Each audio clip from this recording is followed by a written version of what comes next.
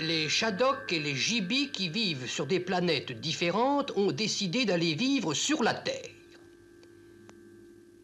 Les Gibis étaient de petits animaux très gentils avec un petit chapeau sur la tête pour pouvoir se dire bonjour.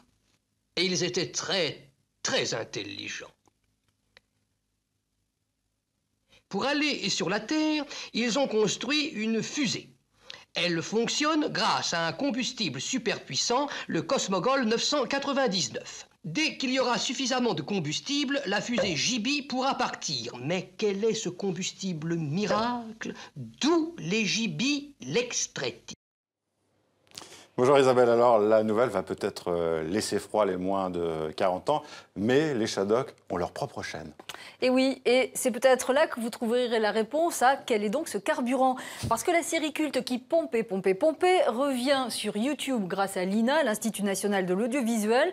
On pourra donc retrouver les gentils Gibis et les méchants Shadok. La série commentée par Claude Pieplu avait fait les beaux incroyable. jours.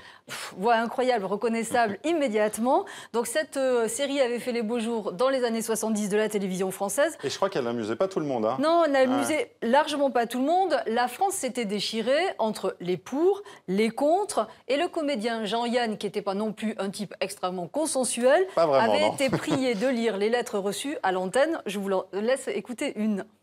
Cette émission stupide passe à une heure où l'on est obligé de la suivre. Obligé. Pas échapper à ça, les Shadok, les traquent. Elle oblige adultes et enfants à la suivre alors qu'elle ne s'adresse à aucun public. Les gens se voilent la face. Passez-nous donc à la place un interlude sur l'un de nos magnifiques paysages de France qui ne manquent pas en Bretagne, sauf si la Bretagne acquiert son indépendance, en Auvergne ou en Normandie. J'ajoute que je suis étudiante et que je parle au nom de ma famille, spirituelle j'espère.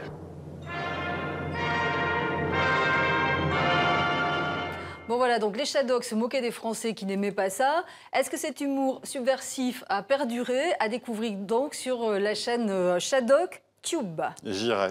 Alors, on passe à toute autre chose, Isabelle, avec le vitrail contemporain qui est à l'honneur à la Cité de l'Architecture à Paris. Alors, c'est une belle découverte. Parce qu'on se fait du vitrail, et moi sûrement la première, une idée finalement un peu désuète, c'est du vitrail strictement religieux. On sait peu que de grands noms donc, de l'art ont contribué au vitrail, Chagall, Matisse, Soulages. Leur production pleine de couleurs a illuminé les églises. On les avait d'ailleurs appelés les passeurs de lumière. Et ça n'a pas dû plaire à tout le monde, hein, cette entrée des profanes dans les édifices religieux. Eh bien non, donc il a fallu quand même des gens visionnaires, comme ce prêtre qui préférait des peintres sans foi aux peintres sans talent. Donc c'est ce que nous raconte Frédéric Cahu de la Cité de l'Architecture et du Design.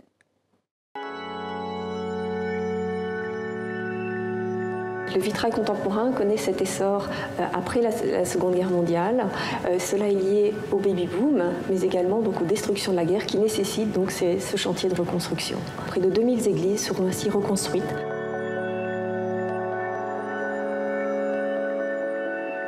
La cathédrale de Metz est un exemple tout à fait emblématique puisque c'est pour la première fois que l'art contemporain s'invite dans un édifice classé monument historique. C'est le père Couturier qui était un dominicain, un théoricien, artiste également, peintre, qui s'initie à la technique du vitrail, qui entreprend un voyage aux États-Unis et qui rencontre les plus grands artistes de son temps, comme Marc Chagall ou bien encore Fernand Léger.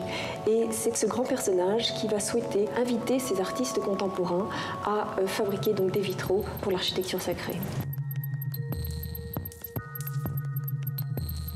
Dans les années 50, précisément Matisse à la chapelle de Vence, mais également Le Corbusier, ici présenté à la chapelle du Ronchamp, participent à définir cette symbiose entre architecture et vitrail.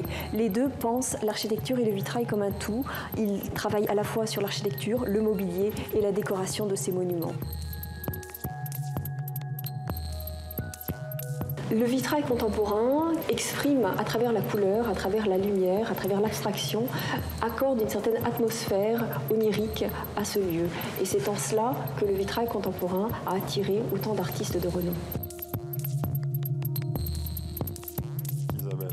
Alors j'ai envie de vous poser une question. On voit cette photo. Qu'est-il arrivé à Iggy Pop, Isabelle? Le malheureux, il a prêté son visage à Amnesty International Belgique.